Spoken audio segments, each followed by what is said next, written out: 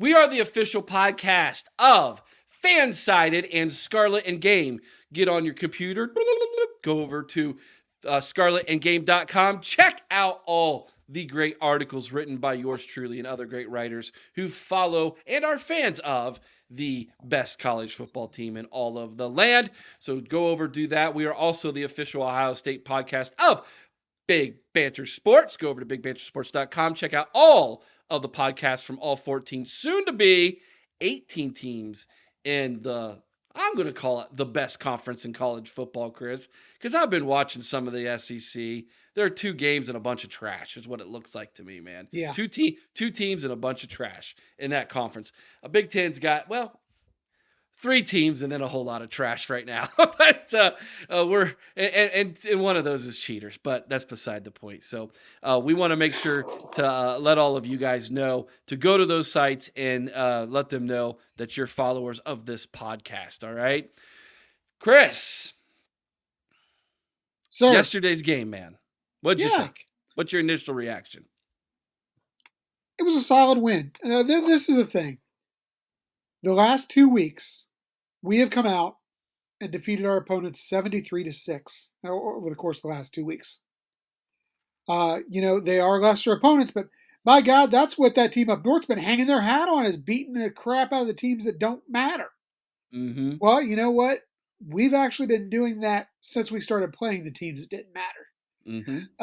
So, it was a good solid win. I would still love to see us, for the love of God, can you imagine what we would do if Kyle McCord would ever start out a game fast? It happened last week, but then we yanked him out of the game, and it was that's it too. We got Lincoln Kienholz out there in the second half, and he looks real good in his 2 pass attempts for 7 yards that he seems to get about every game now. But yeah, overall, I thought it was a great game, very balanced. We had 219 passing, 215 rushing, I believe. Mm-hmm. So really solid there. 2 TDs from each side of the offensive game. You look at the defense. I think we gave up about 160, maybe a little less than 160 yards total offense to Minnesota. Kept them under 100 on both passing and rushing. Yep. Yeah, I mean, really, I think it was just a solid all-around performance. And the other thing I like to see was, if you look at the defensive stats, we got a lot of players playing time in that game. We did. And when they were in there, guys like, Kenyatta Jackson, mm-hmm. guys like Caden Curry, mm-hmm. they were making an impact. Yeah. So, I mean, even CJ Hicks, he Gabe only had Powers, 2 tackles. Gabe Powers had a big hit. Yeah. Gabe Powers and CJ Hicks both had a couple of huge hits. CJ about ripped that guy in half. Yeah. Yeah. A lot of really good things to hang your hat on. But let's slow our roll a little bit. Minnesota's a bad football team right now. The Sky U Pod still only a game from bowl eligibility. I know. Sky U Pod tried to warn us. They are reeling right now. Yeah, they're not.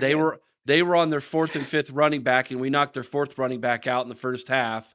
They at one point they were starting on defense, I think 6 true freshmen. Yeah. In the second half at one point. That's a team that is reeling. And after watching Nebraska and Wisconsin last night, I don't think they get to 500. I think they're going to be 5-7 when it's all said and done. Minnesota, that is. I think Wisconsin's going to beat them next week because Wisconsin's getting healthier and Minnesota's is worse for wear when it comes to the injuries right now. So Donald Hoffer says, I think Simon had a good game for the 2nd week in a row in place of Tommy Two Thumbs. He's solid. He is very, very solid. He doesn't do anything extremely that blows off the screen at you, but he's in the right place at the right time, and his technique is really good. And that's what you want from someone playing middle linebacker if he's not going to be the starter. I was surprised that he went ahead and walked yesterday. He's got another year of eligibility if he wants it, but he went ahead and walked. Now, that doesn't mean that he can't come back. You can still participate in senior day and then decide, you know what, coach? Well, Xavier did last year. Xavier did last year and Proctor did last year. Yeah. And they both came back.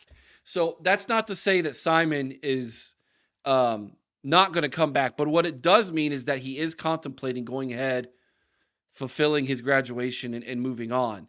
Um, so another one that surprised me that did that was there was him, and then there was Mayan Williams as Yeah, well.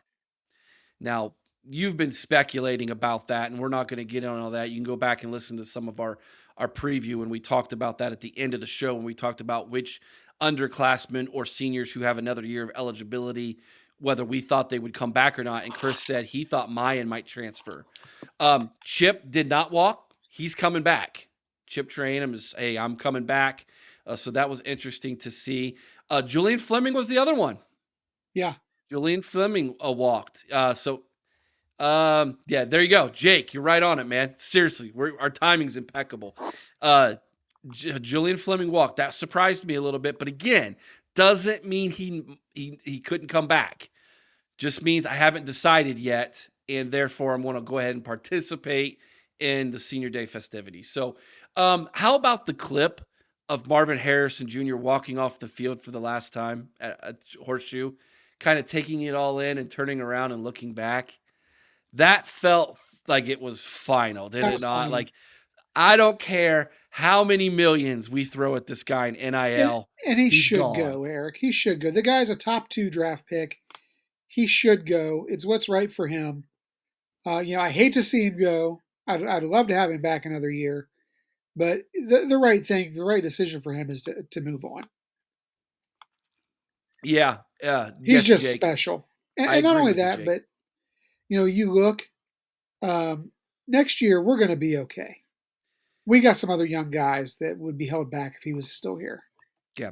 Jay, we're going to get to this in the second part of the show. We're going to touch on some of the things that this team has done or maybe hasn't done in preparation for the game. Larry says very hard for Minnesota to get top recruits with a weak team, let alone the NIL deals. Here's the thing about Minnesota. You all think it's hard to recruit in Columbus, Ohio, or uh, Indiana if you're a Notre Dame fan, or Michigan if you're Ann Arbor a whore. Try recruiting in Minnesota. That place is even colder than it is here in the wintertime. But they do have a dome. No, they Oh no, don't. they don't. No, they don't. They don't play in the dome. Not anymore, buddy. Nope, you're right. I had a brain fart there, Eric. They got a brand new field. Yeah. So hey, He I busted through I the think TTUN firewalls and he got here. all right, straight up. Did someone hijack your computer, Aaron? Look, there was some weird screen name, Connor Stallions one. I don't know. I couldn't get through it. All right, I'm sorry, guys. I don't know. I guarantee if Aaron would have tried to call some tech support, it would have been this guy right here. Yeah. And he worked well into the night last night. Wait for it. Yeah, as did our studio. Wait for it. Oh, there it is. Actually woke up. Oh my gosh, that clip is so funny. Oh man. Dude, scratching, sniffing. That is the Michigan fan base in a nutshell. Hey man. Hey, there you go. Look at this. Your buddy, you Army guys, you sticking together, man. There it is. Nick Quint says TTUN hacked it. Yeah. Yeah. They I'm want telling you. Donald Hoffer, I think the only way Marvin comes back is we have another heartbreak game like we did against Clemson a few years ago. It would be a revenge tour kind of thing. Sorry, This Donald. is It's it. just not happening, my friend. It's if it don't happen now, this is it, dude. We're gonna have to wait on his little brother who's 14, I guess. So, no, this is it for him, man. It's do or die. All right, Aaron, your thoughts on yesterday's game? I feel like it was a complete game. Travion had himself a day. Marvin had a decent day. Lucky McCord didn't end up getting injured because that little roll up on the knee didn't look too good. No, So, it didn't. I'm glad that Eichenberg didn't play because we need him at full health. D line looked good. Sawyer had the game of his career. I thought it was a good game, man. Overall. Yeah. Let's get into it. Letter grades, guys. Let's jump right into it. We got a lot to say and a little time to do it. So let's go for the offense first. Yesterday we had 219 yards passing, 215 yards rushing, for 434 total yards. Yards per play, 6.5 yards per play. 23 first downs. We were 10 of 16 on third down. We didn't even go for a fourth down. 31 minutes and 22 seconds in time of possession. And although McCord tried to turn it over a couple times with some of those passes, 0 turnovers. Letter grade for the offense, Chris. Yeah, I think I got to go an A minus. I thought they looked really well out there, as Aaron said. Very complete game. I still think at times, McCord still scares me at times, but other than that, I think it was a pretty solid performance. Yep. Aaron, your letter grade on the offense, brother. I think I'd go. I think A minus is fair, considering what we saw. I'm with you. McCord still a little bit, but he's getting on the offensive line. Seems to be. Am I skipping out? Yeah, a little bit from time to time. There's this pause, and then you catch up. So we always go. Okay. And then it comes out. It's that doggone. It's that doggone TTUN, man. I'm telling you, dude. But yeah, I'm going A minus, guys. I'm at a B minus. I'm a few percentage points, maybe, I guess you could say, below you guys. I want to see the offense clicking for all 4 quarters.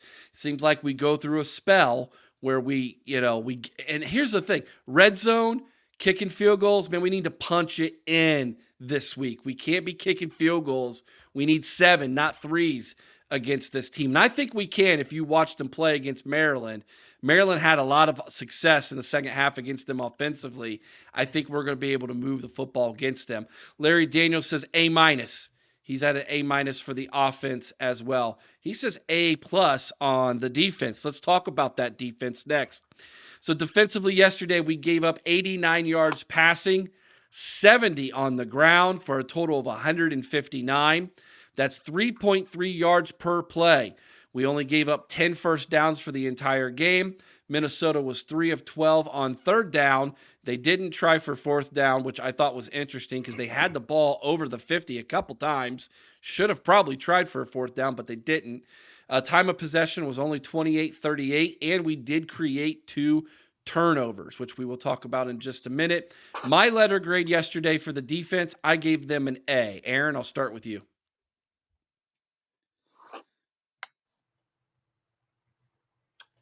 I'm going A plus. Okay. Turnovers, a few points. Everybody did their job. I mean, 159. You can't ask for much. Chris, your letter grade. Yeah, I'm with Aaron. I actually went A plus here too because he talked about we had 2 turnovers. We kept them under 160 yards total offense. We also got 2 sacks and 7 tackles for loss. I mean, those are good, solid numbers. And we talked about it a little bit at the beginning, Eric. Everybody who came in on that defense seemed to make a play. Yeah, they did. They really did. Yeah, so you guys went A plus. I went with A. Jake says B or B plus on the offense, A on the defense. Chris Smith, B for first half. Second half, he went with an A minus, if I understand that right. B for the first half, A on the second half, averages out to A minus. Gotcha. And then on defense, Chris said he went with an A plus with a gold star for Sawyer. Yeah, we're going to talk about him in just a minute. Aaron's lag is him preloading his player of the game picks.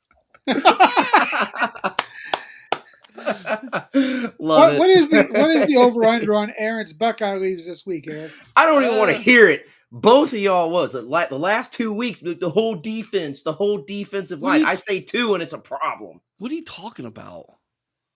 What do you mean? What are you talking about?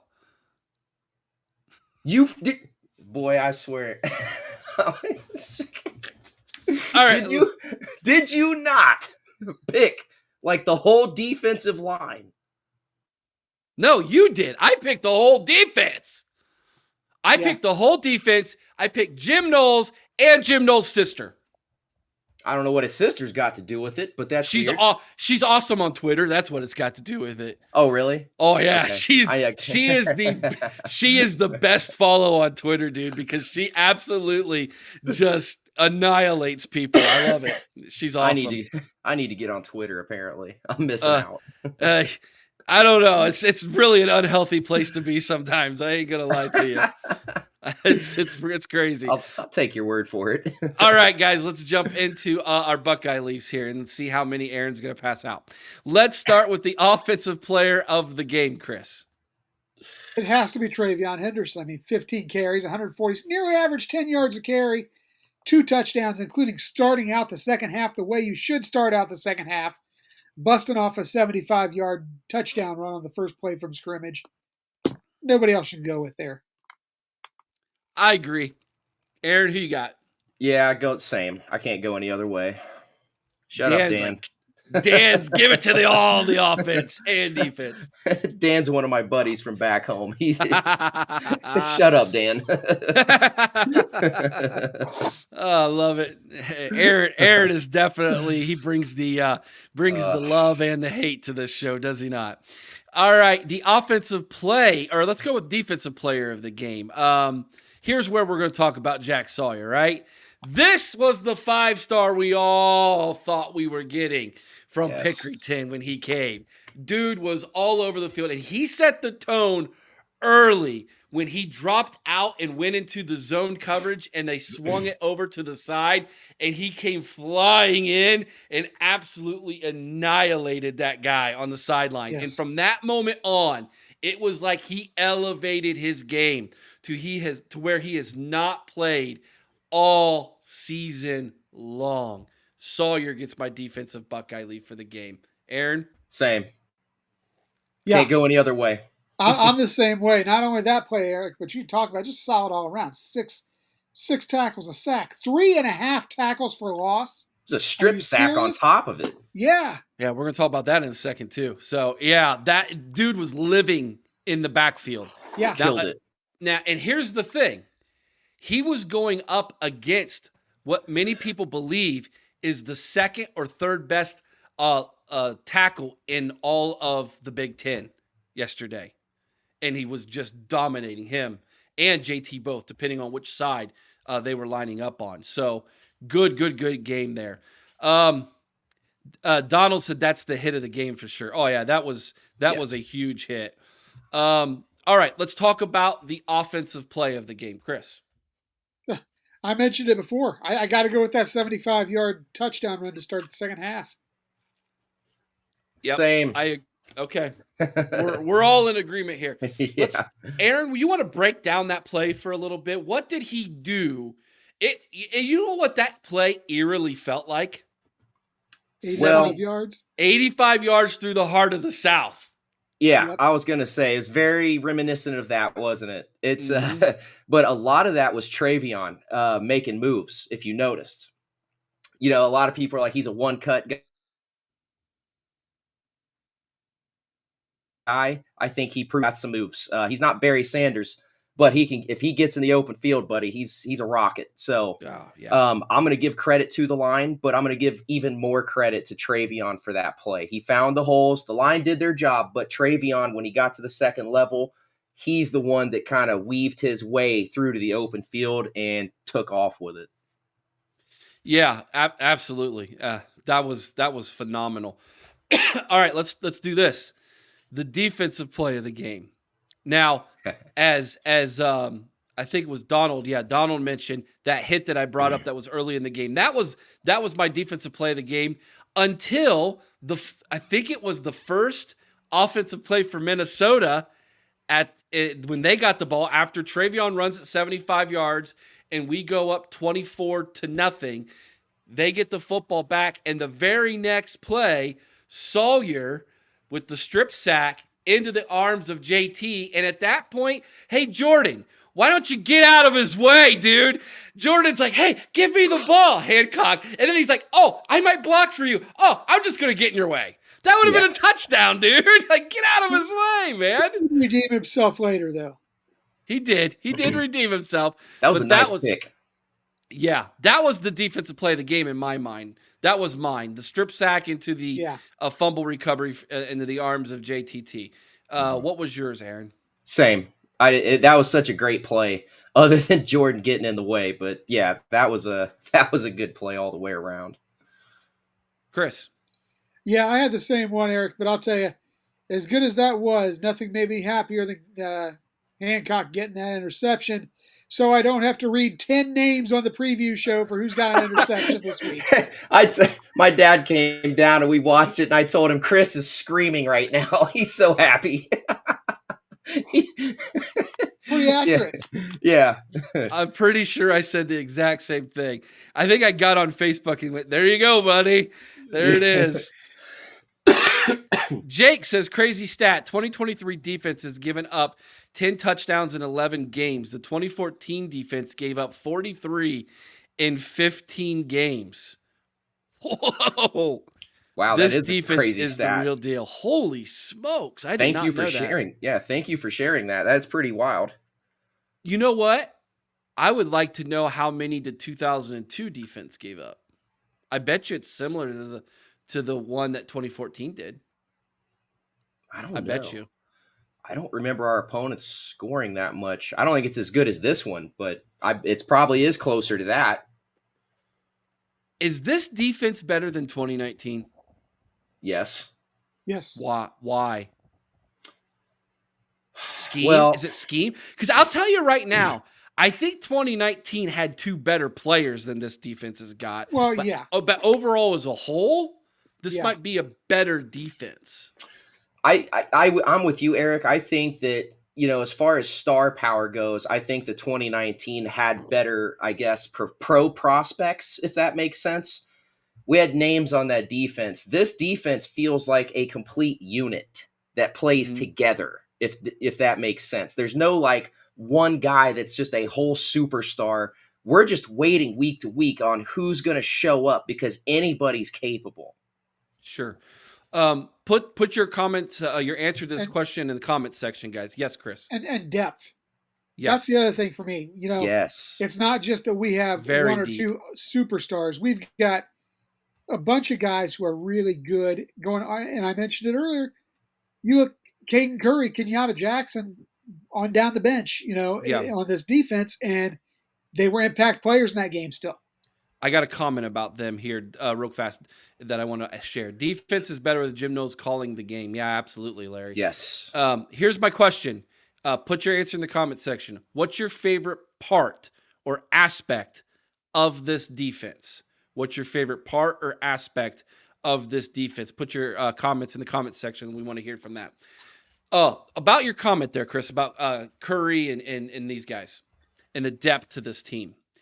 The Sky U Pod guys from Minnesota were basically saying, we're not complaining, but like saying, you guys don't realize how good you have it as fans of Ohio State. He goes, your two deep would start on almost every single team in the Big Ten except for maybe Penn State and that team up north. Your two deep guys. He's like, your two deep is better than our starters, essentially, is what they were saying. And I tend to agree with that. I would say they'd start for 80% of the teams in the country. Yeah. Or two deep. Easily. Yeah, but we're talking Big Ten. But yeah, Aaron, go for it. Well, I was going to say, I like Jake's comment right there. They don't give up big plays. They make people drive the field. You have to earn it every possession. Every possession. In fact, when I think back on this season. That is so true. Not giving up the big plays. Yeah, this season. Yeah. When I think back to the season, Aaron, the only time I can remember them really giving up a big play was on that stupid fake fourth down trick play that Shiano ran. Yeah. That was really the only huge chunk play of 40 yards or more that I can recall us in this defense. That's the only one we've given up this year. In fact, I think so. we haven't given up an offensive or we haven't given up a pass play over 40 at all this year. And this is the other thing to look at too when we talk about the defense. I mean, just look at how many times has somebody scored more than 17 points on us?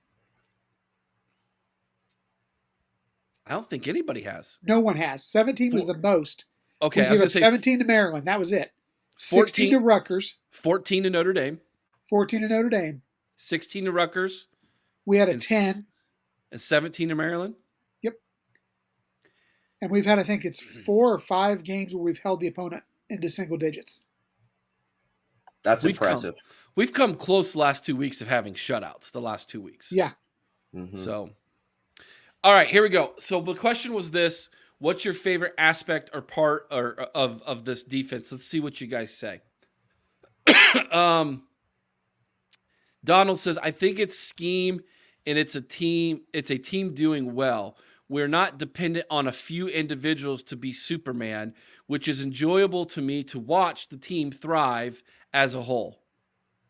Larry Daniels says the players bought into the Knowles scheme and are performing it at an amazing level. Dan Murfield says, if I have to choose, I'd say the secondary. I saw they haven't given up a play of 50 yards or more.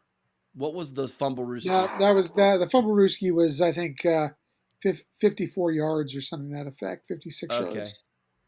Yeah, and then Jake, again, to reiterate his first comment, they don't give up big plays. They make people drive the field. You have to earn it every possession. What's your favorite aspect or part of this defense, Aaron? Well, it's a mix of what Donald said and also what Larry said. That's the scheme is a big part of this. Stop it. The scheme is a big part of this, okay? But it's also the players buying into it, and it's also the execution and the preparation of the scheme. So they've made it to a simplistic version of it where the players are actually prepared. They're not execute this scheme at a high level, and that's what we're seeing. That's my favorite part. Chris.